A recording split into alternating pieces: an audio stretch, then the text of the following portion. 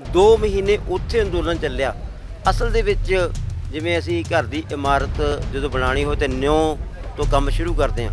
ਉਹ ਮੈਂ ਕਹਿ ਸਕਦਾ ਇਸ ਅੰਦੋਲਨ ਦੀ ਨਿਉ ਸੀ। ਉਹ ਪਹਿਲੇ ਦਿਨ ਜਦੋਂ ਉਹਨਾਂ ਨੇ ਮਤਲਬ ਕਿ ਸਾਰੀਆਂ ਜਥੇਬੰਦੀਆਂ ਦੇ ਆਗੂ ਉਹਨਾਂ ਧਰਨਿਆਂ ਵਿੱਚ ਗਏ ਤਾਂ ਉਹਨਾਂ ਨੇ ਪਹਿਲੀ ਗੱਲ ਹੀ ਕਹੀ ਵੀ ਇਹ ਛੋਟਾ ਮੋਟਾ ਅੰਦੋਲਨ ਨਹੀਂ ਹੈ, ਇਹਦੇ ਵਿੱਚ ਸਿਰ ਲੱਗਣਗੇ। ਵੀ ਜੇ ਅੱਜ ਨਹੀਂ ਲੜਦੇ ਗਏ ਤਾਂ ਇਹ ਸਮਝੋ ਕਿ ਆਉਣ ਵਾਲੀਆਂ ਪੀੜ੍ਹੀਆਂ ਨੇ ਸਾਨੂੰ ਬਖਸ਼ਣਾ ਨਹੀਂ, ਤੇ ਆਉਣ ਵਾਲੀਆਂ ਪੀੜ੍ਹੀਆਂ ਵਾਸਤੇ ਬਚਣਾ ਹੀ ਕੱਖ ਨਹੀਂ ਗਾ।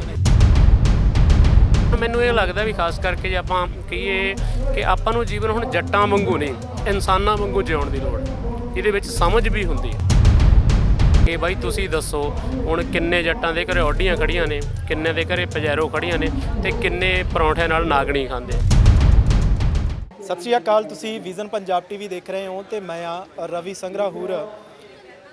ਸੰਯੁਕਤ ਕਿਸਾਨ ਮੋਰਚਾ ਜਿਹੜਾ ਲਗਾਤਾਰ ਉਹਦੇ ਲੀਡਰ ਤਾਂ ਕੋਸ਼ਿਸ਼ ਕਰ ਹੀ ਰਹੇ ਹੈ ਕਿ ਇਸ ਮੋਰਚੇ ਨੂੰ ਚੜ੍ਹਦੀ ਕਲਾ ਦੇ ਵਿੱਚ ਜਿਵੇਂ ਸੀ ਜਿਉਂਦਾ ਤਿਉਂ ਰੱਖਿਆ ਜਾਵੇ, ਪਰ ਬਹੁਤ ਸਾਰੇ ਲੋਕ, ਕਲਾਕਾਰ, ਰਾਈਟਰ, ਹਰ ਇੱਕ ਦਾ ਆਪਣਾ ਆਪਣਾ ਨਜ਼ਰੀਆ ਹੈ ਕਿ ਉਹ ਪਹਿਲੇ ਦਿਨ ਤੋਂ ਲੈ ਕੇ ਅੱਜ ਤੱਕ ਇਸ ਅੰਦੋਲਨ ਨੂੰ ਕਿਵੇਂ ਦੇਖਦੇ ਆ। ਕਿਉਂਕਿ ਇਹ ਇਕੱਲੇ ਪੰਜਾਬ ਦੀ ਗੱਲ ਨਹੀਂ, ਇਕੱਲੇ ਹਰਿਆਣੇ ਦੀ ਗੱਲ ਨਹੀਂ, ਔਰ ਨਾ ਹੀ ਇਕੱਲੇ ਇੰਡੀਆ ਦੀ ਗੱਲ ਆ, ਨਾ ਹੀ ਇਕੱਲੇ ਭਾਰਤ ਦੀ ਗੱਲ ਆ। ਇਹ ਗੱਲ ਜਿਹੜੀ ਹੈ ਹੁਣ ਦੁਨੀਆ ਭਰ ਦੇ ਵਿੱਚ ਫੈਲ ਗਈ ਔਰ ਨਜ਼ਰਾਂ ਟਿਕੀਆਂ ਹੋਈਆਂ ਨੇ ਸਾਰੇ ਕਿਰਤੀਆਂ ਦੀਆਂ, ਭਾਵੇਂ ਉਹ ਵਿਦੇਸ਼ਾਂ ਦੇ ਵਿੱਚ ਵੀ ਬੈਠੇ ਹੋਣ, ਕਿ ਆਹ ਅੰਦੋਲਨ ਕਿਵੇਂ ਜਿੱਤਿਆ ਜਾਊਗਾ। ਇਸ ਅੰਦੋਲਨ ਦੇ ਵਿੱਚ ਕੀ ਉਤਰਾਅ ਚੜ੍ਹਾਅ ਆਉਂਦੇ ਆ, ਕੀ ਕੁਝ ਸਾਨੂੰ ਸਿੱਖਣ ਨੂੰ ਮਿਲੂਗਾ, ਜਾਂ ਭਵਿੱਖ ਦੇ ਵਿੱਚ ਜੇ ਕਿਤੇ ਸਾਨੂੰ ਇਹਨਾਂ ਹਕੂਮਤਾਂ ਦੇ ਨਾਲ ਮੱਥਾ ਲਾਉਣਾ ਪਵੇ ਤਾਂ ਇਹਨਾਂ ਛੋਟੀਆਂ ਮੋਟੀਆਂ ਗਲਤੀਆਂ ਤੋਂ ਸਿੱਖਣ ਨੂੰ ਮਿਲੇ ਔਰ ਜੰਗ ਜਿੱਤਣ ਦੀ ਇੱਕ ਸਾਨੂੰ ਚੇਟਕ ਲੱਗੇ।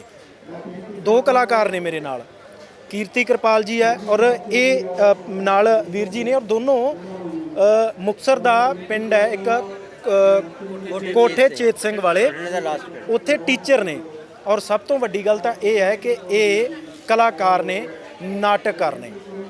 ਇਹਨਾਂ ਦਾ ਨਜ਼ਰੀਆ ਇਸ ਅੰਦੋਲਨ ਬਾਰੇ ਕੀ ਹੈ, ਕਿਉਂਕਿ ਇਹਨਾਂ ਨੇ ਤਾਂ ਨਾਟਕ ਵੀ ਲਿਖਤੇ ਨੇ ਇਸ ਅੰਦੋਲਨ ਨੂੰ ਜਿਹੜਾ ਮੁੱਖ ਰੱਖ ਕੇ, ਵੀ ਕਿਵੇਂ ਇਹ ਸਾਡਾ ਅੰਦੋਲਨ ਚੱਲ ਰਿਹਾ ਹੈ, ਇਹਦੇ ਵਿੱਚ ਕੀ ਉਤਰਾਅ ਚੜ੍ਹਾਅ ਆਏ, ਕਿਵੇਂ ਅਸੀਂ ਡਿੱਗੇ, ਕਿਵੇਂ ਸੰਭਲੇ। ਇੱਕ ਕਲਾਕਾਰ ਇਸ ਅੰਦੋਲਨ ਨੂੰ ਕਿਵੇਂ ਦੇਖਦਾ ਹੈ ਔਰ ਉਹਦੇ ਮਨ ਦੇ ਕੀ ਵਲਵਲੇ ਆ ਕਿ ਅਸੀਂ ਇਹਨੂੰ ਹੋਰ ਸਿਖਰ ਤੇ ਜਾਂ ਫਿਰ ਸਰਕਾਰ ਨੂੰ ਡੇਗ ਕਿਵੇਂ ਸਕਦੇ ਹਾਂ। ਇਸ ਪੂਰੇ ਮਸਲੇ ਤੇ ਗੱਲਬਾਤ ਕਰਾਂਗੇ। ਸਵਾਗਤ ਹੈ ਜੀ। ਬਹੁਤ ਬਹੁਤ ਸ਼ੁਕਰੀਆ ਸਰ, ਬਹੁਤ ਮਿਹਰਬਾਨੀ ਸਰ। ਜਿਵੇਂ ਮੈਂ ਸ਼ੁਰੂ ਦੇ ਵਿੱਚ ਗੱਲ ਕੀਤੀ ਕਿ ਨਜ਼ਰੀਆ ਆਪੋ ਆਪਣਾ ਹੁੰਦਾ ਹੈ ਨਾ, ਅਸੀਂ ਪੱਤਰਕਾਰਾਂ, ਸਾਡਾ ਨਜ਼ਰੀਆ ਕਿਸੇ ਹੋਰ ਤਰੀਕੇ ਦਾ ਹੋ ਸਕਦਾ, ਤੁਸੀਂ ਕਲਾਕਾਰ ਹੋ, ਤੁਹਾਡਾ ਨਜ਼ਰੀਆ ਹੋਰ ਵੀ ਪਾਰਖੂ ਹੋ ਸਕਦਾ। ਕਿਵੇਂ ਦੇਖਦੇ ਹੋ ਇਸ ਅੰਦੋਲਨ ਨੂੰ ਔਰ ਅੰਦੋਲਨ ਦੀਆਂ ਕਿਹੜੀਆਂ ਐਸੀਆਂ ਚੀਜ਼ਾਂ ਜਿਨ੍ਹਾਂ ਨੂੰ ਅਸੀਂ ਖੂਬਸੂਰਤੀ ਕਹਿ ਸਕਦੇ ਹਾਂ? ਲਗਭਗ 6 ਮਹੀਨੇ ਹੋ ਗਏ ਅੰਦੋਲਨ ਨੂੰ ਸ਼ੁਰੂ ਹੋਇਆ। ਪਹਿਲਾਂ ਇਹ ਪੰਜਾਬ ਦੇ ਵਿੱਚ ਸ਼ੁਰੂ ਹੋਇਆ, 2 ਮਹੀਨੇ ਉੱਥੇ, ਜਿਹੜਾ 2 ਮਹੀਨੇ ਉੱਥੇ ਅੰਦੋਲਨ ਚੱਲਿਆ। ਅਸਲ ਦੇ ਵਿੱਚ ਜਿਵੇਂ ਅਸੀਂ ਘਰ ਦੀ ਇਮਾਰਤ ਜਦੋਂ ਬਣਾਉਣੀ ਹੋਵੇ ਤਾਂ ਨਿਉ ਤੋਂ ਕੰਮ ਸ਼ੁਰੂ ਕਰਦੇ ਹਾਂ। ਉਹ ਮੈਂ ਕਹਿ ਸਕਦਾ ਇਸ ਅੰਦੋਲਨ ਦੀ ਨਿਉ ਸੀ। ਉਹ ਜੇ ਉਹ ਨਿਉ ਯਾਨੀ ਕਿ ਸਕੂਲਿੰਗ ਕੀਤੀ ਗਈ ਕਿ ਲੜਾਈ ਕਿਸ ਰੂਪ ਤੱਕ ਜਾ ਸਕਦੀ ਹੈ ਅਤੇ ਕਿੱਥੋਂ ਤੱਕ ਸਾਨੂੰ ਜਾਣਾ ਪਊਗਾ। ਉਹ ਪਹਿਲੇ ਦਿਨ ਜਦੋਂ ਉਹਨਾਂ ਨੇ ਮਤਲਬ ਕਿ ਸਾਰੀਆਂ ਜਥੇਬੰਦੀਆਂ ਦੇ ਆਗੂ ਉਹਨਾਂ ਧਰਨਿਆਂ ਵਿੱਚ ਗਏ ਤਾਂ ਉਹਨਾਂ ਨੇ ਪਹਿਲੀ ਗੱਲ ਹੀ ਕਹੀ ਵੀ ਇਹ ਛੋਟਾ ਮੋਟਾ ਅੰਦੋਲਨ ਨਹੀਂ ਹੈ, ਇਹਦੇ ਵਿੱਚ ਸਿਰ ਲੱਗਣਗੇ ਤੇ ਇਹ ਬਹੁਤ ਲੰਮਾ ਸੰਘਰਸ਼ ਹੋਊਗਾ। ਪਹਿਲਾਂ ਹੀ ਭਾਂਪਲੀ ਸੀ ਗੱਲ ਤਾਂ। ਬਿਲਕੁਲ ਉਹ ਕਿਉਂਕਿ ਉਹਨਾਂ ਦਾ 20 ਸਾਲ ਦਾ 25 ਸਾਲ ਦਾ ਤਜਰਬਾ ਹੈ ਜਥੇਬੰਦੀਆਂ 'ਚ ਕੰਮ ਕਰਦਿਆਂ। ਉਹਨਾਂ ਨੇ ਇਸ ਅੰਦੋਲਨ ਤੱਕ ਜੋ ਹੁਣ ਰੂਪ ਧਾਰਨ ਕੀਤਾ ਹੈ, ਅੱਜ ਦਾ ਨਹੀਂ ਇਹ, ਉਹਨਾਂ ਨੂੰ 20 25 ਸਾਲ ਲੱਗੇ ਇੱਥੋਂ ਤੱਕ ਆਉਂਦਿਆਂ ਨੂੰ। ਅਤੇ ਉਹ 2 ਮਹੀਨੇ ਜਿਹੜੇ ਪੰਜਾਬ 'ਚ ਲਾਏ ਉਹ ਬੜੇ ਮਹੱਤਵਪੂਰਨ ਸੀਗੇ। ਉੱਥੇ ਸਾਰੇ ਕਿਰਤੀ ਕਿਸਾਨਾਂ ਦੀ ਸਕੂਲਿੰਗ ਕੀਤੀ ਗਈ ਵੀ ਸਾਨੂੰ ਕਿਹੜੀਆਂ ਸਮੱਸਿਆਵਾਂ ਫੇਸ ਕਰਨੀਆਂ ਪੈਣਗੀਆਂ, ਕੀ ਸਿਸਟਮ ਵੱਲੋਂ ਹੋਊਗਾ ਅਤੇ ਅਸੀਂ ਉਹਦਾ ਕੀ ਜਵਾਬ ਦੇਵਾਂਗੇ। ਅਤੇ ਸਾਡਾ ਉੱਥੇ ਸਾਰਾ ਕੁਝ ਦਾਅ 'ਤੇ ਲੱਗਿਆ ਹੋਇਆ ਵੀ ਜੇ ਅੱਜ ਨਹੀਂ ਲੜਦੇ ਗਏ ਤਾਂ ਇਹ ਸਮਝੋ ਕਿ ਆਉਣ ਵਾਲੀਆਂ ਪੀੜ੍ਹੀਆਂ ਨੇ ਸਾਨੂੰ ਬਖਸ਼ਣਾ ਨਹੀਂ, ਅਤੇ ਆਉਣ ਵਾਲੀਆਂ ਪੀੜ੍ਹੀਆਂ ਵਾਸਤੇ ਬਚਣਾ ਹੀ ਕੱਖ ਨਹੀਂ ਗਾ। ਸੋ ਉਹ ਇੱਕ ਚੈਲੰਜ ਲੈ ਕੇ ਜੋ 2 ਮਹੀਨੇ ਤਿਆਰੀ ਕਰਵਾਈ ਗਈ, ਜਿਵੇਂ ਅਸੀਂ ਐਗਜ਼ਾਮ ਦੀ ਕਿਸੇ ਦੀ ਤਿਆਰੀ ਕਰਦੇ ਹਾਂ, ਉਹ ਬੜੇ ਖੂਬਸੂਰਤ ਤਰੀਕੇ ਦੇ ਨਾਲ 2 ਮਹੀਨੇ ਲਗਾ ਕੇ ਇੱਧਰਲੇ ਪਾਸੇ ਰਵਾਨਾ ਹੋਏ। ਅਤੇ ਇੱਥੇ ਵੀ ਅਸੀਂ ਆ ਕੇ ਜਦੋਂ ਅਸੀਂ ਐਂਟਰੀ ਕਰ ਰਹੇ ਸੀਗੇ ਤਾਂ ਜਦੋਂ ਅਸੀਂ ਉੱਥੇ ਪੰਜਾਬ ਤੋਂ ਹਰਿਆਣੇ 'ਚ ਹੀ ਪ੍ਰਵੇਸ਼ ਕਰਨਾ ਸੀ ਤਾਂ ਉੱਥੇ ਵਾਸਤੇ ਸਾਨੂੰ ਬੜੀ ਜੱਦੋਜਹਿਦ ਕਰਨੀ ਪਈ, ਜਿਹਦੇ ਲਈ ਉਹ ਤਿਆਰ ਸੀਗੇ। ਉਹ ਬੜੇ ਵਧੀਆ ਤਰੀਕੇ ਦੇ ਨਾਲ, ਜਿਵੇਂ ਫਿਲਮੀ ਤਰੀਕਾ ਹੁੰਦਾ ਹੈਗਾ, ਜਿਵੇਂ ਫਿਲਮਾਂ 'ਚ ਅਸੀਂ ਦੇਖਦੇ ਹਾਂ ਬਾਰਡਰ ਪਰ 'ਤੇ ਆਹ ਹੋ ਗਿਆ ਉਹ ਹੋ ਗਿਆ, ਉਹ ਸਾਰਾ ਕੁਝ ਫਿਲਮੀ ਸੀਗਾ ਤੇ ਬੜਾ ਖੂਬਸੂਰਤ ਸੀਗਾ। ਉਹਦੇ ਵਿੱਚ ਪਲੱਸ ਗੱਲ ਇਹ ਰਹੀ ਵੀ ਉਹ ਰਿਹਾ ਸ਼ਾਂਤੀ ਦੇ ਨਾਲ। ਬਿਲਕੁਲ ਬੇਸ਼ੱਕ ਅਸੀਂ ਬਾਰਡਰ ਤੋੜੇ ਪਰ ਉਹ ਸ਼ਾਂਤੀ ਦੇ ਤਰੀਕੇ ਨਾਲ, ਉੱਥੇ ਅਸੀਂ ਕੋਈ ਹਿੰਸਕ ਰੂਪ ਨਹੀਂ ਧਾਰਿਆ। ਤੇ ਉਸ ਤੋਂ ਬਾਅਦ ਲੋਕਾਂ ਬੜੀਆਂ ਲੱਗੀਆਂ, ਸੋ ਇੱਥੇ ਅਸੀਂ ਪਹੁੰਚੇ। ਫਿਰ ਆਉਣ ਸਾਰ ਹੀ ਮਤਲਬ ਕਿ ਸਿਸਟਮ ਕਾਫੀ ਹਿੱਲ ਗਿਆ। ਉਹਨਾਂ ਨੇ ਮਤਲਬ ਕਿ ਅਸੀਂ ਪ੍ਰਵੇਸ਼ ਵੀ ਨਹੀਂ ਕੀਤਾ ਸੀ, ਅੰਦੋਲਨ ਨੇ ਦਿੱਲੀ ਦੇ ਵਿੱਚ ਮੀਟਿੰਗਾਂ ਦਾ ਦੌਰ ਸ਼ੁਰੂ ਕਰਤਾ ਸੀਗਾ ਤੇ ਲਗਾਤਾਰ ਮੀਟਿੰਗਾਂ 2 ਮਹੀਨੇ ਹੋਈਆਂ, ਜਿਹਦਾ ਬੇਸ਼ੱਕ ਬੇਸਿੱਟਾ ਰਹੀਆਂ, ਪਰ ਉਹਨਾਂ ਨੂੰ ਵੀ ਕੰਨ ਹੋ ਗਏ ਸਿਸਟਮ ਨੂੰ ਕਿ ਜੇ ਇਹ ਇਸ ਤਰੀਕੇ ਨਾਲ ਇੱਥੇ ਪਹੁੰਚਿਆ ਤੇ ਖਾਲੀ ਹੱਥ ਨਹੀਂ ਜਾਣਗੇ। ਬਿਲਕੁਲ। ਤੇ ਫਿਰ ਉਹਨਾਂ ਨੇ ਮਤਲਬ ਜਿਵੇਂ ਰਾਜਨੀਤੀ ਖੇਡਦੀ ਹੁੰਦੀ ਹੈ, ਬਥੇਰੀਆਂ ਖੇਡਾਂ ਖੇਡੀਆਂ, ਕੁਝ ਧਰਮ ਦੇ ਨਾਂ 'ਤੇ, ਕੁਝ ਹੋਰ ਚੀਜ਼ਾਂ ਦੇ ਨਾਂ 'ਤੇ, ਪਰ ਉਹਦੇ ਲਈ ਉਹ ਜਿਹੜੇ ਮੈਂ ਪਹਿਲਾਂ ਗੱਲ ਕੀਤੀ 2 ਮਹੀਨੇ ਜਿਹੜੇ ਇਹਨਾਂ ਨੇ ਲਾਏ ਸੀਗੇ, ਉਸ ਤੋਂ ਲੋਕ ਅਵੇਅਰ ਸੀਗੇ ਤੇ ਉਹਨਾਂ ਤੋਂ ਬਚੇ ਰਹੇ। ਧਰਮ ਦੇ ਨਾਂ 'ਤੇ, ਜਾਤ ਦੇ ਨਾਂ 'ਤੇ, ਰੰਗ ਨਸਲ ਦੇ ਨਾਂ 'ਤੇ ਉਹ ਵਖਰੇਵੇਂ ਜੋ ਵੀ ਉਹਨਾਂ ਨੇ ਪਾਉਣ ਦੀ ਕੋਸ਼ਿਸ਼ ਕੀਤੀ, ਉਹਨਾਂ ਤੋਂ ਅਵੇਅਰ ਹੋਣ ਕਰਕੇ ਉਹਨਾਂ ਨੂੰ ਕੋਈ ਆਂਚ ਨਹੀਂ ਆਈ। ਫਿਰ 26 ਜਨਵਰੀ ਜਿੱਥੇ ਕਿ ਸਾਡਾ ਐਂ ਲੱਗਦਾ ਸੀ ਕਿ ਅਸੀਂ ਮੋਰਚਾ ਜਿੱਤ ਚੁੱਕੇ ਹਾਂ, ਤੇ ਲੋਕ ਵੀ ਉਸੇ ਤਿਆਰੀ ਨਾਲ ਆਏ ਸੀ, ਇਕੱਲੇ ਪੰਜਾਬ ਦੇ ਨਹੀਂ ਪੂਰੇ ਮੁਲਕ ਦੇ ਤੇ ਪੂਰੇ ਸੰਸਾਰ ਦੀਆਂ ਨਜ਼ਰਾਂ ਲੱਗੀਆਂ ਹੋਈਆਂ ਸੀ। ਸੋ ਸਾਡੇ ਉਸ ਅੰਦੋਲਨ ਨੂੰ ਮਤਲਬ ਕਿ ਬੁਰੀ ਤਰ੍ਹਾਂ ਡਾਊਨ ਕਰਨ ਦੇ ਲਈ ਇੱਕ ਬੜੀ ਵੱਡੀ ਗੇਮ ਖੇਡੀ ਗਈ। ਧਰਮ ਦਾ ਪੱਤਾ ਸਿੱਟਿਆ ਗਿਆ ਕਿ ਉਹ ਜਿਸ ਰਸਤੇ ਸਾਨੂੰ ਅਲਾਟ ਕੀਤੇ ਗਏ ਉਹ ਬੰਦ ਕਰ ਦਿੱਤੇ ਗਏ ਜਾਣਬੁੱਝ ਕੇ, ਤੇ ਉਹ ਰਸਤੇ ਖੋਲ੍ਹ ਦਿੱਤੇ ਗਏ, ਡਾਇਵਰਟ ਕਰਤਾ ਜਾਣਬੁੱਝ ਕੇ, ਤਾਂ ਕਿ ਜਿਹੜੀ ਉਹਨਾਂ ਦੀ ਗੇਮ ਸੀ ਉਹ ਆਪਦੀ ਗੇਮ ਦੇ ਵਿੱਚ ਸਫਲ ਹੋ ਸਕਣ। ਵਕਤੀ ਤੌਰ 'ਤੇ ਸਫਲ ਵੀ ਹੋਏ ਉਹ ਉਸ ਦਿਨ ਵਾਸਤੇ, ਤੇ ਜਿਹਦੇ ਕਰਕੇ ਜੋ ਸਾਡੀ ਗੱਲ ਪੂਰੇ ਵਰਲਡ ਦੇ ਵਿੱਚ ਜਾਣੀ ਸੀ, ਜਿਸ ਤਰੀਕੇ ਨਾਲ ਜਾਣੀ ਸੀ, ਉਹ ਜਾ ਨਹੀਂ ਸਕੀ ਤੇ ਮਸਲਾ ਹੋਰ ਪਾਸੇ ਲੈ ਗਏ, ਤਾਂ ਕਿ ਸਾਡੀ ਜਿਹੜੀ ਜੋ ਕਾਫਲਾ, ਜਿੰਨਾ ਟਰੈਕਟਰ, ਜਿੰਨਾ ਬੰਦਾ ਇੱਥੇ ਪਹੁੰਚਿਆ ਸੀ, ਜੋ ਹਜੂਮ ਇੱਥੇ ਪਹੁੰਚਿਆ ਸੀ, ਉਹਦੀ ਉਹਨਾਂ ਨੇ ਝਲਕ ਦੇਖਣ ਨਹੀਂ ਦਿੱਤੀ ਗਈ। ਤੇ ਆਪਦਾ ਕੂੜ ਪ੍ਰਚਾਰ ਜੋ ਕੀਤਾ ਤੇ ਜੋ ਅਸੀਂ ਨਾਟਕ ਦੇ ਵਿੱਚ ਦਿਖਾਇਆ, ਗਾਟੀ ਪਾਈ ਉਹਨਾਂ ਨੇ, ਤੇ ਥੋੜ੍ਹਾ ਜਿਹਾ ਸਫਲ ਹੋ ਗਏ ਸੀ ਉਹ, ਬਟ ਅਸੀਂ ਨਾਲ ਦੀ ਨਾਲ ਸੰਭਾਲ ਲਿਆ। ਗਾਜ਼ੀਪੁਰ 'ਤੇ ਜੋ ਟਕੈਤ ਸਾਹਿਬ ਨੇ ਉਸ ਰਾਤ ਜੋ ਮਤਲਬ ਆਪਣਾ ਲੈਕਚਰ ਦਿੱਤਾ, ਉਹ ਬਾ ਕਮਾਲ ਸੀ, ਉਹ ਰੂਹ ਦੇ ਵਿੱਚੋਂ ਨਿਕਲਿਆ ਹੋਇਆ ਸੀ।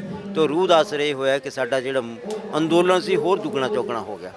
ਤੇ ਉਹ ਤੋਂ ਬਾਅਦ ਵੀ ਲਗਾਤਾਰ ਸਮੱਸਿਆਵਾਂ ਆ ਰਹੀਆਂ, ਇਹ ਨਹੀਂ ਕਿ ਸਮੱਸਿਆਵਾਂ ਨੂੰ ਜਾਣਬੁੱਝ ਕੇ ਲਟਕਾ ਰਹੇ ਆ, ਕੋਈ ਕਦੇ ਕੋਈ ਬਿਆਨ ਦੇ ਰਿਹਾ, ਕੋਈ ਕਿਸੇ ਲੀਡਰ ਦਾ ਬਿਆਨ ਆ ਗਿਆ, ਉਹ ਤਾਂ ਕਿ ਲੋਕ ਹੈ ਜਿਹੜੇ ਕਿਸੇ ਨਾ ਕਿਸੇ ਤਰੀਕੇ ਇਸ ਅੰਦੋਲਨ ਤੋਂ ਭਟਕ ਕੇ ਹੋਰ ਪਾਸੇ ਤੁਰ ਜਾਣ। ਪਰ ਸ਼ਾਬਾਸ਼ ਇਹਨਾਂ ਆਗੂਆਂ ਦੇ, ਜਿਨ੍ਹਾਂ ਨੇ ਬੜੀ ਸਮਝ ਦੇ ਨਾਲ, ਬੜੀ ਸੂਝ ਦੇ ਨਾਲ ਇਸ ਅੰਦੋਲਨ ਨੂੰ ਇਸ ਪੜਾਅ ਤੱਕ ਲੈ ਕੇ ਆਉਂਦਾ, ਤੇ ਹਜੇ ਵੀ ਇਹ ਲੱਗਦਾ ਕਿ ਹੋਰ ਵੀ ਲੰਮਾ ਚੱਲ ਸਕਦਾ। ਬਿਲਕੁਲ। ਸਾਡੇ ਸਮਾਜ ਦੇ ਵਿੱਚ ਨਾ ਬਹੁਤ ਸਾਰੀਆਂ ਅਸੀਂ ਆਪ ਹੀ ਖੁਦ ਪਾਲੀਆਂ ਹੋਈਆਂ ਕੁਰੀਤੀਆਂ, ਕੁਛ ਕੁ ਤਾਂ ਹੁੰਦੀਆਂ ਵੀ ਜਿਹੜੀਆਂ ਸਮਾਜ ਦੇ ਵਿੱਚੋਂ ਖਤਮ ਹੀ ਨਹੀਂ ਹੋਣੀਆਂ, ਪਰ ਕੁਛ ਕੁ ਚੀਜ਼ਾਂ ਅਸੀਂ ਆਪ ਹੀ ਪਾਲ ਲੈਂਦੇ ਹਾਂ। ਸਾਡੇ ਸਮਾਜ ਨੂੰ ਉਹ ਕਿਤੇ ਨਾ ਕਿਤੇ ਘਾਟੇਬੰਦ ਸਾਬਤ ਹੁੰਦੀਆਂ। ਉਹਨਾਂ ਦੇ ਵਿੱਚੋਂ ਹੀ ਇੱਕ ਨਾਟਕ ਸਾਡੇ ਵੀਰ ਜੀ ਨੇ ਖੇਡਿਆ ਸੀਗਾ, ਜਿਵੇਂ ਮੈਂ ਤੁਹਾਨੂੰ ਪਹਿਲਾਂ ਦੱਸਿਆ ਕਿ ਪੇਸ਼ੇ ਤੋਂ ਤਾਂ ਅਧਿਆਪਕ ਨੇ, ਔਰ ਉਹਨਾਂ ਨੇ ਦੱਸਿਆ ਕਿ ਮੇਰਾ ਪਹਿਲਾ ਨਾਟਕ ਸੀ ਔਰ ਉਹ ਬਾਖੂਬੀ ਸੀਗਾ ਇੱਕ ਸੁਨੇਹਾ ਦੇਣ ਦੇ ਵਾਸਤੇ। ਉਹ ਆਪਣੇ ਮੂੰਹੋਂ ਹੀ ਦੱਸਣਗੇ ਕਿ ਉਹ ਨਾਟਕ ਤੋਂ ਕੀ ਸਿੱਖਿਆ, ਕੀ ਮਿਲਦੀ ਸੀ। ਹਾਂ ਬਿਲਕੁਲ ਸਰ, ਉਹ ਨਾਟਕ ਜਿਹੜਾ ਤੁਸੀਂ ਦੇਖਿਆ ਅੱਜ, ਉਸਦਾ ਨਾਮ ਸੀ 1/0। ਮੈਂ ਖੁਦ ਮੈਥ ਦਾ ਟੀਚਰ ਹਾਂ, ਤਾਂ ਸਾਡੀ ਜੇ ਮੈਥ ਦੀ ਲੈਂਗੁਏਜ 'ਚ ਗੱਲ ਕਰੀਏ ਤਾਂ 1/0 ਮੀਨਸ ਉਹ ਸਿਚੁਏਸ਼ਨ ਹੁੰਦੀ ਹੈ ਜਿਹਦਾ ਕੋਈ ਹੱਲ ਨਹੀਂ, ਬੇਸਿਕਲੀ ਆਪਾਂ ਇਹ ਕਹਿੰਦੇ ਹਾਂ। ਤਾਂ ਇਸੇ ਕਰਕੇ ਇਹਦਾ ਨਾਟਕ ਜਿਹਦਾ ਸੁਨੇਹਾ ਵੀ ਅੰਤ ਇਹ ਦਿੱਤਾ ਗਿਆ ਵੀ ਸਾਡਾ ਜਿਹੜੀ ਲਾਈਫ ਹੈ ਉਹ ਵੀ ਹੁਣ 1/0 ਬਣ ਗਈ, ਜਿਹਦਾ ਕੋਈ ਹੱਲ ਨਹੀਂ। ਹਾਂ, ਪਰ ਇਹਦੇ ਵਿੱਚ ਇਹ ਹੈ ਵੀ ਏਕੇ ਦੇ ਥੱਲੇ ਜਦੋਂ 0 ਆਈ ਤਾਂ ਉਹਨੂੰ ਆਉਣ ਲਈ ਵੀ ਟਾਈਮ ਲੱਗਦਾ। ਤਾਂ ਉਹਦੇ ਵਿੱਚ ਇਹ 'ਚ ਕੋਈ ਸ਼ੱਕ ਨਹੀਂ ਕਿ ਜੇ ਆਪਾਂ ਕਹੀਏ ਸਿਸਟਮ ਨੇ ਸਾਨੂੰ ਇਸ ਥਾਂ 'ਤੇ ਲੈ ਜਾਂਦਾ, ਇੰਨਾ ਡਾਊਨ ਲੈ ਜਾਂਦਾ, ਉਹ ਵੀ ਜ਼ਿੰਮੇਵਾਰ ਹੈ। ਪਰ ਕਿਤੇ ਨਾ ਕਿਤੇ ਆਪਾਂ ਨੂੰ ਵੀ ਸੰਭਲਣ ਦੀ ਲੋੜ ਹੈ। ਜਿਸ ਤਰ੍ਹਾਂ ਤੁਸੀਂ ਕਹਿ ਰਹੇ ਸੀ ਕਿ ਬਹੁਤ ਸਾਰੀਆਂ ਇਹੋ ਜਿਹੀਆਂ ਚੀਜ਼ਾਂ ਨੇ ਜਿਹੜੀਆਂ ਆਪਾਂ ਛੱਡ ਸਕਦੇ ਹਾਂ, ਜਾਂ ਇਹ ਮੰਨੋ ਕਿ ਅੱਧਾ ਤੋਂ ਵੱਧ ਆਪਾਂ ਸਿਰਫ ਦਿਖਾਵੇ ਲਈ ਜਿਉ ਰਹੇ ਹਾਂ। ਠੀਕ ਹੈ, ਹੋਣਾ ਚਾਹੀਦਾ ਹੈ, ਤੁਸੀਂ ਆਪਦੇ ਮਰਜ਼ੀ ਅਨੁਸਾਰ ਜਿਉਣੇ ਚਾਹੀਦੇ ਹੋ, ਪਰ ਸਮਾਜਿਕ ਪ੍ਰੈਸ਼ਰ ਦੇ ਵਿੱਚ ਆ ਕੇ ਆਪਦੀ ਮਰਜ਼ੀ ਨੂੰ ਮਾਰ ਕੇ ਤੇ ਆਪਦਾ ਕੋਈ ਅੰਗ ਵੇਚ ਦਿਓ, ਉਹ ਕੋਈ ਬੜੀ ਸਿਆਣਪ ਨਹੀਂ ਮੈਨੂੰ ਲੱਗਦੀ। ਇਹੀ ਅਸੀਂ ਇਹ 'ਚ ਮੈਸੇਜ ਦੇਣ ਦੀ ਕੋਸ਼ਿਸ਼ ਕੀਤੀ ਸੀ ਕਿ ਜਿਵੇਂ ਵੱਖ-ਵੱਖ ਘਟਨਾਵਾਂ ਸੀ, ਉਹਨਾਂ ਘਟਨਾਵਾਂ ਨੂੰ ਪਹਿਲਾਂ ਅਸੀਂ ਉਹ ਕੀਤਾ, ਉਹਦਾ ਵਿਜ਼ਨ ਬਣਾਇਆ ਕਿ ਆਹ ਘਟਨਾ ਹੁੰਦੀ ਹੈ, ਐਵੇਂ ਹੁੰਦੀ ਹੈ, ਜ਼ਮੀਨਾਂ ਵੰਡੀਆਂ ਗਈਆਂ, ਛੋਟੀਆਂ ਹੋਈਆਂ, ਪਰ ਅਸੀਂ ਜਿਹੜੀ ਇਨਫਰਾਸਟਰਕਚਰ ਸੀ ਉਹ ਆਪਦੀ ਲੋੜ ਅਨੁਸਾਰ ਨਹੀਂ, ਦਿਖਾਵੇ ਅਨੁਸਾਰ ਜ਼ਿਆਦਾ ਕਰ ਲਿਆ, ਮੁਕਾਬਲਾ ਕਰ ਲਿਆ। ਹੁਣ ਇਹ ਹੋ ਗਿਆ, ਆਪਾਂ ਗੱਲ ਕਰੀਏ ਪਹਿਲਾਂ ਛੋਟੇ ਘਰ ਵੀ ਹੁੰਦੇ ਸੀ, ਮਸ਼ੀਨਰੀ ਵੀ ਹੁੰਦੀ ਸੀ, ਕੰਮ ਵੀ ਚੱਲੀ ਜਾਂਦਾ ਸੀ।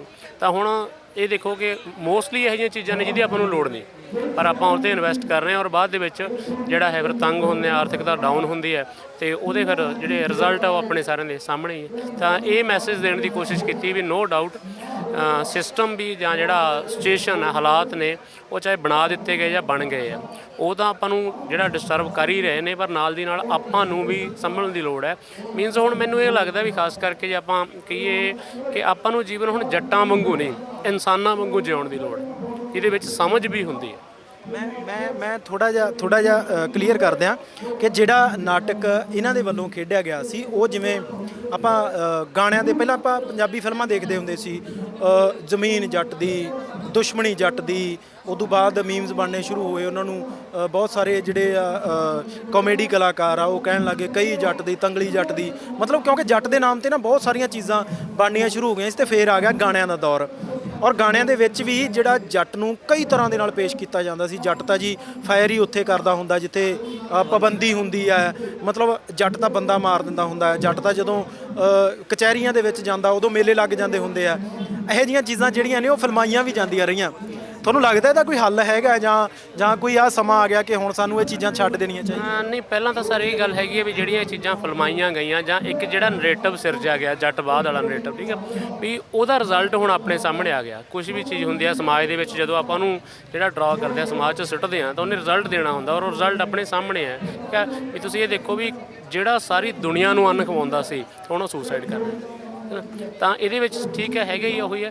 ਤਾਂ ਜਿਹੜਾ ਇਹ ਨਰੇਟਿਵ ਹੈ, ਇਸ ਨਰੇਟਿਵ ਤੋਂ ਆਪਾਂ ਨੂੰ ਅੱਡ ਜਿਹੜਾ ਹੈ ਨਿਕਲ ਕੇ ਜਾਣਾ ਹੀ ਪਊਗਾ ਕਿ ਹੁਣ ਆਪਾਂ ਉਹ ਜੱਟ ਨਹੀਂ ਹੈਗੇ ਵੀ ਜੋ ਜੇ ਘਾਟਾ ਪੈ ਗਿਆ ਤਾਂ ਵੀ ਵੱਧ, ਕਿਉਂਕਿ ਹੁਣ ਕੈਲਕੂਲੇਟਡ ਹੈ। ਠੀਕ ਹੈ, ਹੁਣ ਜਿਹੜੀ ਖੇਤੀ ਹੈ, ਖੇਤੀ ਸਾਡਾ ਵਿਰਸਾ ਹੈ, ਪਰ ਉਹ ਵੀ ਜੇ ਤੁਸੀਂ ਕੈਲਕੂਲੇਸ਼ਨ ਨਾਲ ਚੱਲੋਗੇ ਤਾਂ ਫੇਰ ਹੀ ਤੁਹਾਡਾ ਵਿਰਸਾ ਬਚ ਕੇ ਰਹੂਗਾ। ਅਗਰ ਤੁਸੀਂ ਕੈਲਕੂਲੇਟਡ ਨਹੀਂ ਚੱਲੋਗੇ, ਜਿਵੇਂ ਇਹਦੇ ਵਿੱਚ ਇੱਕ ਡਾਇਲੋਗ ਬੋਲਿਆ ਗਿਆ ਸੀ ਕਿ ਬਾਈ ਤੁਸੀਂ ਦੱਸੋ ਹੁਣ ਕਿੰਨੇ ਜੱਟਾਂ ਦੇ ਘਰੇ ਔਡੀਆਂ ਖੜੀਆਂ ਨੇ, ਕਿੰਨੇ ਦੇ ਘਰੇ ਪਜੈਰੋ ਖੜੀਆਂ ਨੇ, ਤੇ ਕਿੰਨੇ ਪਰੌਂਠਿਆਂ ਨਾਲ ਨਾਗਣੀ ਖਾਂਦੇ ਹੈ ਨਾ। ਇਹ ਆਪਾਂ ਨੂੰ ਉਹ ਕਲਚਰ ਛੱਡ ਕੇ ਹੁਣ ਸਿਆਣਪ ਵਾਲੇ ਕਲਚਰ 'ਚ ਆਉਣਾ ਪਊਗਾ। ਹਜੇ ਵੀ ਬਹੁਤ ਆਪਾਂ ਨੂੰ ਸਮਾਜ 'ਚ ਇਹੋ ਜਿਹੀਆਂ ਉਦਾਹਰਨਾਂ ਮਿਲ ਜਾਂਦੀਆਂ ਨੇ ਜਿਨ੍ਹਾਂ ਕੋਲੇ ਥੋੜ੍ਹੀ ਜ਼ਮੀਨ ਹੈ। ਜਿੰਨੀ ਤੇਰੀ ਕਾਲਜ ਦੀ ਫੀਸ ਝੱਲੀਏ, ਜੱਟਾਂ ਦਾ ਮੁੰਡਾ ਤਾਂ ਫੀਮ ਖਾ ਕੇ ਉੱਠਦਾ ਖਾਂਦਾ ਜੀ, ਹਾਂ। ਪਰ ਉਹਦੇ ਨਾਲ ਸਿਰਫ ਇੱਕ ਤਾਂ ਜੱਟਵਾਦ ਹੋਇਆ, ਆਪਣੀ ਆਰਥਿਕ ਨਾਲ ਦੀ ਨਾਲ ਜਿਹੜਾ ਨਸ਼ੇ ਵਾਲਾ ਰੁਝਾਨ ਚੱਲਿਆ ਹੈ ਨਾ, ਤਾਂ ਉਹ ਵੀ ਕਿਤੇ ਨਾ ਕਿਤੇ ਹੋਇਆ। ਕਿਉਂਕਿ ਦੇਖੋ ਸਮਾਜ ਜਦੋਂ ਪਰੋਸ ਦਿਆਂਗੇ ਤਾਂ ਉਹ ਆਊਗਾ ਹੀ। ਠੀਕ ਹੈ, ਤਾਂ ਉਹੀ ਹੈ ਵੀ ਜਦੋਂ ਹਰੇਕ ਬੰਦਾ ਨੂੰ ਨਸ਼ਾ ਪੱਤਾ, ਪਹਿਲਾਂ ਕੀ ਆ, ਅਸੀਂ ਬੀਇੰਗ ਅ ਟੀਚਰ ਅਸੀਂ ਦੇਖਦੇ ਹਾਂ ਛੋਟੇ ਛੋਟੇ ਬੱਚੇ ਕਿ ਪਹਿਲਾਂ ਉਹ ਸ਼ੌਂਕ ਬਣਦਾ, ਸ਼ੌਂਕ ਤੋਂ ਬਾਅਦ ਫਿਰ ਉਹ ਮਜਬੂਰੀ ਬਣਦੀ। ਠੀਕ ਹੈ, ਪਰ ਸ਼ੌਂਕ ਬਣਾਉਣ ਦੇ ਲਈ ਪਹਿਲਾਂ ਉਹਨੂੰ ਕੀ ਹੈ, ਨਰੇਟਿਵ ਉਹਦੇ ਮੂਹਰੇ ਪਰੋਸਿਆ ਜਾਂਦਾ। ਜਿਵੇਂ ਤੁਸੀਂ ਹੁਣ ਗੱਲ ਸਾਡੇ ਛੋਟੇ ਛੋਟੇ ਬੱਚਿਆਂ ਨੇ ਇੱਕ ਨਾਟਕ ਖੇਡਿਆ ਇੱਥੇ, ਚਾਹੇ ਉਹ ਸਮਝ ਕਿੰਨੀ ਵੀ ਹੈ, ਕਿੰਨੀ ਵੀ ਐਕਟ ਕਰ ਗਏ, ਬਟ ਇਹ ਤਾਂ ਹੈ ਨਾ, ਇਹਨਾਂ ਨੂੰ ਇਹ ਅਸੀਂ ਕਿੰਨੇ ਸਫਲ ਹੋ ਜਾਵਾਂਗੇ ਜੇ ਇਹਨਾਂ ਦਾ ਇਹ ਸ਼ੌਂਕ ਬਣ ਜੇ। ਤਾਂ ਮਤਲਬ ਆਪਾਂ ਨੂੰ ਸਮਾਜ ਨੂੰ ਬੀਇੰਗ ਟੀਚਰ ਸਾਨੂੰ ਵੀ ਮਤਲਬ ਇਹ ਮੈਸੇਜ ਵੀ ਕਿਤੇ ਨਾ ਕਿਤੇ ਵੀ ਤੁਸੀਂ ਜਿਵੇਂ ਹੁਣ ਅੱਜ ਇੱਥੇ ਜਿੰਨੇ ਵੀ ਲੋਕ ਖੇਤੀ ਨਾਲ ਜੁੜੇ ਹੋਏ ਆ, ਉਹਨਾਂ ਨੂੰ ਆਪਾਂ ਕਹਿੰਦੇ ਆ ਵੀ ਕਿਸਾਨ ਮਜ਼ਦੂਰ ਏਕਾ ਜਿੰਦਾਬਾਦ, ਹੈ ਨਾ। ਤੇ ਜੇ ਉਹਨੂੰ ਅਸੀਂ ਜੱਟ ਮਜ਼ਦੂਰ ਏਕਾ ਕਹਿਣ ਲੱਗ ਜਾਈਏ ਤਾਂ ਮਤਲਬ ਕਿੰਨਾ ਆਊਟ ਲੱਗੂਗਾ। ਮਤਲਬ ਅੱਜ ਫਿਰ ਆਪਾਂ ਇਹ ਸਮਝੀਏ ਕਿ ਇੱਥੇ ਹੁਣ ਕਿਸਾਨ ਬੈਠਾ ਹੈ, ਜੱਟ ਨਹੀਂ ਬੈਠਾ, ਇਹਨੂੰ ਕਿਵੇਂ ਦੇਖਿਆ ਜਾਵੇ ਨਾ। ਬਿਲਕੁਲ ਜੀ, ਬਿਲਕੁਲ ਉਹੀ ਹੈ ਨਾ। ਦੇਖੋ ਐਕਚੁਅਲੀ ਕਿਸਾਨੀ ਤੇ ਜੱਟਵਾਦ ਇਹ ਦੋ ਅਲੱਗ-ਅਲੱਗ ਜਿਹੜੀਆਂ ਹੈਗਾ ਨਾ, ਅਲੱਗ-ਅਲੱਗ ਮੀਨਿੰਗ ਦੇ ਸ਼ਬਦ ਨੇ, ਹੈ ਨਾ। ਇਹ ਖਾਸ ਕਰਕੇ ਦੇਖੋ ਜੱਟ ਸ਼ਬਦ ਸੀ ਤਾਂ ਉਹੀ ਮਿੱਟੀ ਨਾਲ ਜੁੜੇ ਹੋਏ ਇਨਸਾਨ ਦੀ ਗੱਲ ਹੀ ਜੱਟ ਸੀ, ਪਰ ਉਹਦਾ ਜਿਹੜਾ ਉਹਦੀ ਪਰਿਭਾਸ਼ਾ ਬਣਾ ਦਿੱਤੀ ਗਈ ਜਾਂ ਉਹਨੂੰ ਜਿਹੜੀ ਹਾਈਪ ਦੇ ਦਿੱਤੀ ਗਈ, ਉਹਨੂੰ ਮਤਲਬ ਇਸ ਤਰ੍ਹਾਂ ਬਣਾ ਦਿੱਤਾ ਗਿਆ ਵੀ ਜੱਟ ਦਾ ਯਾਰ ਪਤਾ ਹੀ ਨਹੀਂ ਕੀ ਕੁਛ ਕਰ ਸਕਦਾ, ਹੈ ਨਾ। ਤੇ ਜਦੋਂ ਹੁਣ ਉਹੀ ਜੱਟ ਨੂੰ ਆਪਾਂ ਕਿਸਾਨ ਕਹਿਣ ਲੱਗੇ ਆ ਜਾਂ ਆਪਣਾ ਮਜਬੂਰੀ ਬਣ ਗਈ ਵੀ ਯਾਰ ਨਹੀਂ ਅਸੀਂ ਜੱਟ ਨਹੀਂ ਅਸੀਂ ਕਿਸਾਨ, ਤਾਂ ਫਿਰ ਨਾਲ ਇਹ ਨਾਅਰਾ ਵੀ ਨਿਕਲ ਕੇ ਆ ਵੀ ਕਿਸਾਨ ਮਜ਼ਦੂਰ ਏਕਤਾ ਜਿੰਦਾਬਾਦ। ਹੁਣ ਜਿਸ ਤਰੀਕੇ ਦੇ ਨਾਲ ਤੁਸੀਂ ਆਵੇਂ ਹੋ, ਅਬਜ਼ਰਵ ਕਰ ਰਹੇ ਹੋ, ਇੱਥੇ ਬਹੁਤ ਸਾਰੀਆਂ ਚੀਜ਼ਾਂ ਤੁਸੀਂ ਦੇਖੀਆਂ ਵੀ ਹੋਣਗੀਆਂ ਅੰਦੋਲਨ ਦੇ ਵਿੱਚ। ਜੇਕਰ ਮੈਂ ਇੱਕ ਕਲਾਕਾਰ ਨੂੰ ਪੁੱਛਾਂ ਕਿ ਅੱਜ ਕੁਛ ਕੁ ਗਲਤੀਆਂ ਕੀਤੀਆਂ ਸਾਡੇ ਕਈ ਮਤਲਬ ਜਾਣੇ ਅਣਜਾਣੇ 'ਚ ਹੋ ਗਈਆਂ, ਜੋ ਵੀ ਹੋ ਗਿਆ, ਤੁਸੀਂ ਅੱਜ ਕੀ ਸਮਝਦੇ ਹੋ ਇਸ ਅੰਦੋਲਨ ਨੂੰ? ਜੇਕਰ ਇੱਕ ਡੈਡਲੌਕ ਦੀ ਸਥਿਤੀ ਬਣ ਗਈ, ਸਰਕਾਰ ਸਾਹਮਣੇ ਕਹਿ ਲਓ ਕਿ ਪੱਥਰ ਬਣ ਕੇ ਖੜ ਗਈ, ਮੈਨੂੰ ਕੋਈ ਫਰਕ ਨਹੀਂ ਪੈਣ ਲੱਗਾ, ਤਾਂ ਅਜਿਹੇ 'ਚ ਕੀ ਕਰਨਾ ਚਾਹੀਦਾ? ਕਿਹੜਾ ਇਹੋ ਜਿਹਾ ਸਟੈਪ ਹੋਵੇ ਕਿ ਲੋਕਾਂ ਤੱਕ ਸੁਨੇਹਾ ਵੀ ਇੱਕ ਇੱਦਾਂ ਦਾ ਜਾਵੇ ਕਿ ਨਹੀਂ ਆਹੀ ਇੱਕ ਸਟੈਪ ਹੈਗਾ ਜਿਹੜਾ ਸਾਨੂੰ ਲੈਣਾ ਚਾਹੀਦਾ? ਇੱਕ ਕਲਾਕਾਰ ਸ਼ਾਂਤਮਈ ਤਰੀਕੇ ਦੇ ਨਾਲ ਇਸ ਪ੍ਰੋਟੈਸਟ ਨੂੰ ਕਿਵੇਂ ਦੇਖਦਾ ਹੈ ਕਿ ਅਸੀਂ ਸਰਕਾਰ ਨੂੰ ਡਿੱਗਣ ਦੇ ਵਿੱਚ ਕਾਮਯਾਬ ਹੋ ਜਾਈਏ, ਯਾਨੀ ਸਰਕਾਰ ਨੂੰ ਕਿਤੇ ਨਾ ਕਿਤੇ ਮਨਾਉਣ 'ਚ ਕਾਮਯਾਬ ਹੋ ਜਾਈਏ? ਬੜਾ ਔਖਾ ਸਵਾਲ ਹੈ ਇਹ, ਕਿਉਂਕਿ ਇਹਦੇ ਲਈ ਸਿਰ ਜੁੜੇ ਹੋਏ ਆ, ਬਥੇਰੇ ਸਿਰ ਜੁੜੇ ਆ। ਇਸ ਦਾ ਹੱਲ ਲੱਭਣ ਦੇ ਲਈ ਦੋਨੇ ਧਿਰਾਂ ਵੱਲੋਂ, ਸਿਸਟਮ ਤੇ ਸਾਡੇ ਜਥੇਬੰਦੀਆਂ ਦੋਨੇ ਆਪਦੀ ਥਾਂ ਤੇ ਖੜੀਆਂ ਨੇ ਤੇ ਦਿਨ ਰਾਤ ਇਸੇ ਕੰਮ 'ਚ ਲੱਗੀਆਂ, ਇੱਕ ਦੂਜੇ ਨੂੰ ਢਾਹਣਾ ਕਿਵੇਂ ਹੈਗਾ।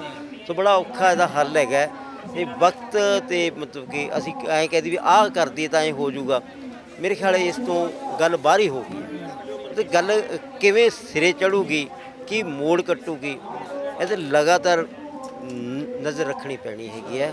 ਮਤਲਬ ਕਿ ਅਸੀਂ ਇੱਕ ਡਿਸੀਜਨ ਲੈ ਸਕਦੇ ਵੀ ਆਹ ਅਸੀਂ ਚਾਲ ਖੇਡਾਂਗੇ ਤਾਂ ਸਾਡਾ ਕਾਮਯਾਬ ਹੋ ਜਾਵਾਂਗੇ, ਨਾ ਉਹਨਾਂ ਕੋਲੇ ਇਹੋ ਜਿਹੀ ਕੋਈ ਚਾਲ ਹੈ ਤੇ ਨਾ ਹੀ ਸਾਡੇ ਕੋਲੇ।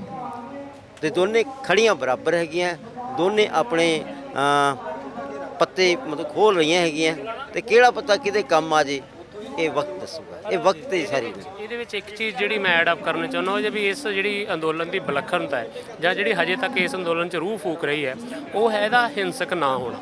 ਉਹ ਸਭ ਤੋਂ ਵੱਡੀ ਜਿਹੜੀ ਹੈ ਮੀਨਸ ਵੱਡੀ ਪ੍ਰਾਪਤੀ ਰਹੀ ਹੈ। ਉਹਦੇ ਵਿੱਚ ਲੀਡਰ ਸਾਹਿਬਾਨ ਦਾ ਵੀ ਜਿਹੜਾ ਹੈ ਉਹਨੂੰ ਵਧਾਈ ਦੇ ਪਾਤਰ ਨੇ, ਨਾਲ ਦੀ ਨਾਲ ਸਾਰਾ ਜਿਹੜੇ ਲੋਕ ਇਹਦੇ ਨਾਲ ਜੁੜੇ ਹੋਏ ਨੇ, ਚਾਹੇ ਕਿਸੇ ਵੀ ਤਬਕੇ ਦੇ ਨੇ, ਕਿਸੇ ਵੀ ਸਟੇਟ, ਕਿਸੇ ਵੀ ਧਰਮ ਦੇ ਨੇ, ਤਾਂ ਮੈਨੂੰ ਲੱਗਦਾ ਵੀ ਐਟਲੀਸਟ ਇਸ ਗੱਲ ਤੇ ਆਪਾਂ ਨੂੰ ਜ਼ਰੂਰ ਜਿਹੜਾ ਹੈ ਪੱਕੇ ਰਹਿਣਾ ਚਾਹੀਦਾ ਕਿ ਆਪਾਂ ਕੋਈ ਵੀ ਗੱਲ ਮਨਵਾਉਣੀ ਹੈ ਤਾਂ ਉਹਦੇ ਲਈ ਹਿੰਸਾ ਦਾ ਰਸਤਾ ਜਿਹੜਾ ਕਿਤੇ ਵੀ ਕਾਰਗਰ ਸਾਬਤ ਨਹੀਂ ਹੋ ਸਕਦਾ। ਬਿਲਕੁਲ ਇਹ ਚੀਜ਼ ਜ਼ਰੂਰੀ ਹੈ। ਤਾਂ ਬਹੁਤ ਧੰਨਵਾਦ। ਵੱਖ-ਵੱਖ ਤਰ੍ਹਾਂ ਦੇ ਲੋਕ ਪਹੁੰਚਦੇ ਨੇ, ਸ਼ਖਸੀਅਤਾਂ ਪਹੁੰਚਦੀਆਂ, ਔਰ ਅਜਿਹੀਆਂ ਸ਼ਖਸੀਅਤਾਂ ਦੇ ਨਾਲ ਗੱਲਬਾਤ ਕਰਨੀ ਇਸ ਕਰਕੇ ਜ਼ਰੂਰੀ ਹੋ ਜਾਂਦੀ ਹੈ ਕਿ ਨਜ਼ਰੀਆ ਆਪੋ ਆਪਣਾ ਹੁੰਦਾ ਹੈ। ਹਰ ਇੱਕ ਨੇ ਆਪਣਾ ਸੁਝਾਅ, ਆਪਣਾ ਜੋ ਆਬਜ਼ਰਵ ਕੀਤਾ ਹੈ ਆਲੇ ਦੁਆਲੇ ਤੋਂ, ਉਹ ਕਿਸ ਤਰੀਕੇ ਨਾਲ ਦੇਖਦੇ ਆ ਔਰ ਤੁਹਾਡੇ ਤੱਕ ਵੀ ਪਹੁੰਚਾਈਏ, ਕਿਉਂਕਿ ਦੇਸ਼ਾਂ ਵਿਦੇਸ਼ਾਂ ਦੇ ਵਿੱਚ ਬੈਠੇ ਜਿਹੜੇ ਲੋਕ ਨੇ ਉਹਨਾਂ ਦੀਆਂ ਵੀ ਨਜ਼ਰਾਂ ਟਿੱਕੀਆਂ ਔਰ ਇਸ ਵੇਲੇ ਕੀ ਹੋ ਰਿਹਾ ਅਜਿਹੀਆਂ ਸ਼ਖਸੀਅਤਾਂ ਤੋਂ ਬਿਹਤਰ ਸਮਝਿਆ ਜਾ ਸਕਦਾ ਹੁੰਦਾ।